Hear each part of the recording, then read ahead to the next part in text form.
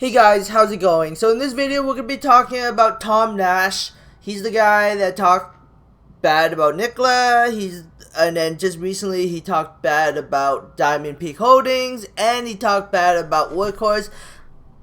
And in this video we're going to be discussing his points of view with my point of view using his questions for Lordstown Motors. But for right now, just a disclosure, I am a shareholder and I do understand the risk. The risk is the stock price can go back down to $10.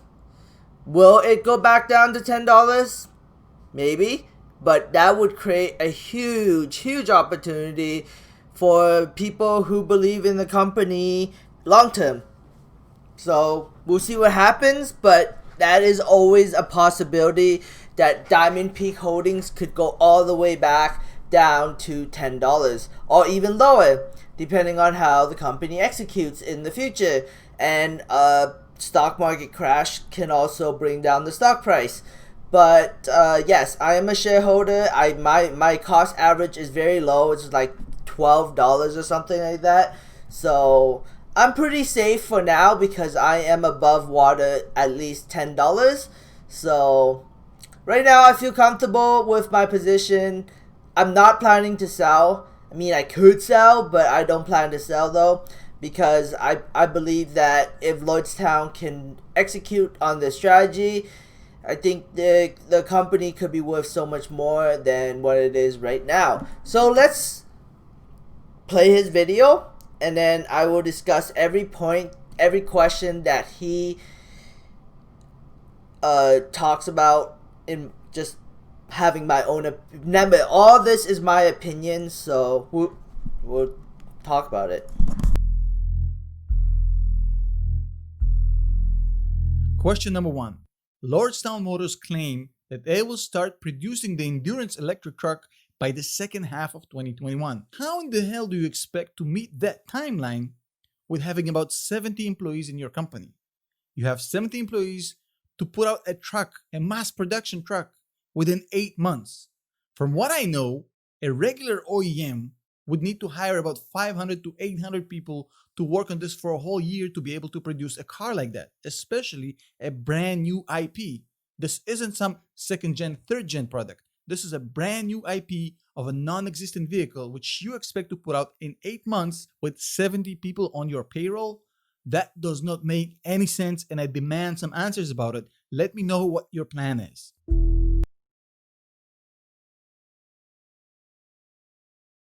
$70 people on the payroll. Well, I mean, I don't know where he got his information from, but according to my research, they are hiring people. They are slowly hiring people, and the facility is already established, and they are retrofitting it.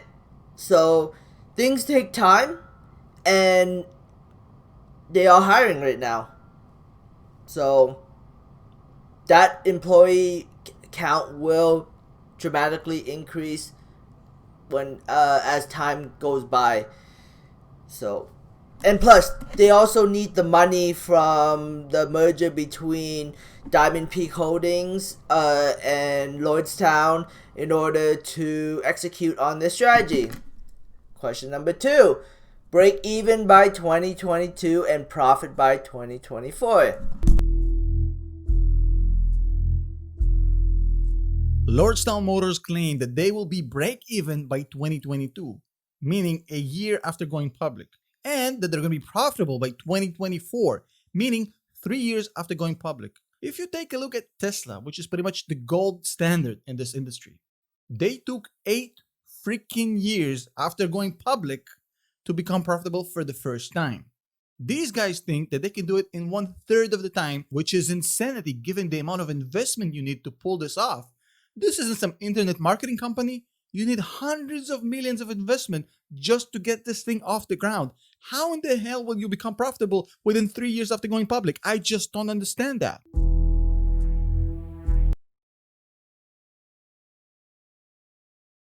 I'm going to give him a little credit there. I also believe that they are over-promising when it comes to profitability, because business is hard, and they have to make the investor relations look good because they want to attract more investment money. Think about Neo, like they're not profitable, but they're worth $30 billion. So, and they're not gonna plan to be profitable anytime soon, and they're worth so much money. Diamond Peak Holdings right now is worth, I think, like $3.5 billion. So, but they don't produce anything, and they have a factory that they are retrofitting. So, moving forward. Lordstown Motors took a play from the Nikola playbook. They claim they have potential of $1.4 billion in revenue because they have 27,000 pre-orders of the endurance truck. The pre-order deposit is $100, meaning you have $2.7 million in potential revenue. Now, this part is not so much a question but a statement. I think that by taking plays from the Nikola playbook, you guys don't look so hot. That billion number is a completely imaginary number. It's completely uncertain. And to claim it as potential revenue is irresponsible.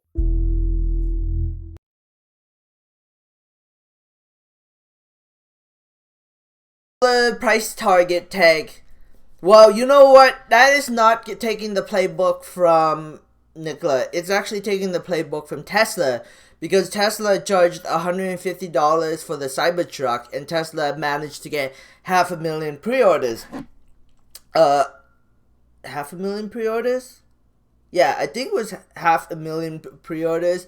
So basically, they're thinking that, hey, we'll copy Tesla, make it even cheaper, so then we can get more hype and demand for our truck. But I don't know if it's working actually. And on top of that, this is just recent. Before, when Lordstown just announced the merger between Diamond Peak Holdings and Lordstown, they announced $1,000 for a pre-order, not $100, $1,000 for a pre-order, and they were targeting fleet operators. Now that they reduced it to $100, they're actually targeting the mass market. They're trying to get the Tesla people to come in and buy that truck. Is it working? I don't know. We haven't had an update on the pre-orders in a while, but maybe eventually we will.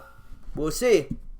But if it was working, and that $100 pre-order was working, I mean, I think they would have been like, yeah, we got 500,000 pre-order like Tesla. No, Tesla has the brand behind it, and the Cybertruck is so funky looking that people have to order it because it's just so funky looking.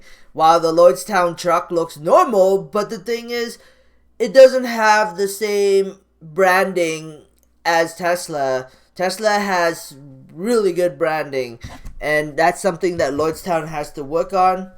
But we'll see in the future where their pre-order numbers go.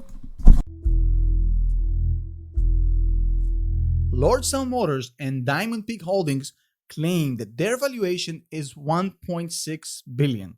That includes $675 million in cash, which will come with the SPAC, and the rest is just straight up valuation of what Lordstown can make. And I've decided to put this number to the test because even the market doesn't really believe in that. The current valuation of Diamond Peak, with everything we know about the merger coming, is $800 million. So even the market thinks that this is about half of what they're saying. Half, Eddie. I want half. If you're old enough to remember that reference, let me know below and let's move on. Now we get to the interesting part. My discounted cash flow DCF valuation of Lordstown Motors and my target price for the share. I have to disclaim, this is strictly my own opinion and should be treated as such. This may be flawed or wrong or the ramblings of an idiot or a madman. Do your own research, find out the truth for yourselves. Now, these are my assumptions, and I should tell you that if you use different assumptions, maybe you get a completely different result. But these are my assumptions. This is what I think. So check this out. The state and the federal tax rate combined is about 25%, at least in Ohio. We have a 12% discount rate, 3% perpetual growth rate, a 7 multiplier. You can check me on that, but for the auto industry, that's pretty straightforward. We have the current share price, which is $24.45. outstanding shares, and the cash that's going to go into the company following the SPAC. Then we have the DCF for the next few years. And now let's get through the years. For now, ignore these numbers on the top. I'm going to let you know what they mean at the end of this presentation because they mean something. Let's look at the numbers. So this is what the company is projected to make. So essentially, I'm projecting that they're going to have straight up losses for the next few years. And let's assume that they burn through their entire cash, the $675 million within 2020, 2021, 2022, 2023. That means salaries, G&A, CapEx investments. It's a lot of money, but they have a lot of investments that they need to make, a lot of expenses. So I'm assuming they're going to burn through this amount pretty quickly within 4 years, give or take, 3.5 years. So this money I've just divided, arbitrarily over these years. It doesn't really matter. But there's no profit in these years, even by the company. The company doesn't think they can make any profit until 2024. Now in 2024, here's the kicker. I've assumed that the company will sell 50,000 trucks. Now, the company said previously that they will sell 100,000 trucks in 2024. Now let me show you something really cool. On the screen right now, you see the Tesla deliveries, historical deliveries. Tesla started delivering cars in 2009. They delivered 147 cars. In our example, this is 2020.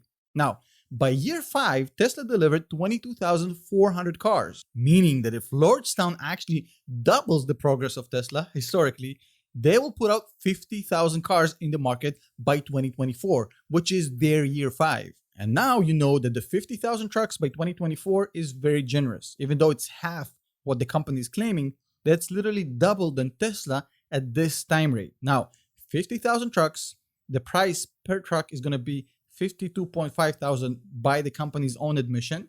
And we have a 5% profitability rate. That's just my assumption. That means the company would make $50 million. Minus tax, that's what we have as far as free cash flow. Now, if you discount it all the way to today, this is the equity value of the company. $427 million. Meaning the share price is 12.2. And if you take a look at Diamond Peak Holdings Corp, which is the actual SPAC, this is going to be Lordstown Motors in just 11 days. As you can see here, there's a big spike. Everybody knows about the merger. And the valuation is $812 million. As you saw in my Excel spreadsheet, this is double than what the company is worth given very generous assumptions. So even if you go towards the company and provide them very generous assumptions, meaning double the production than Tesla at that time rate, they're worth half of this. And that means the share price is about $12 at best. And that number is only correct if you completely ignore the allegations against Workhorse, which is a major shareholder of this company, plus a major business partner of this company, with their fate pretty much intertwined. So if these allegations are correct, this number should be much lower. Now, before we sign off, a huge shout out.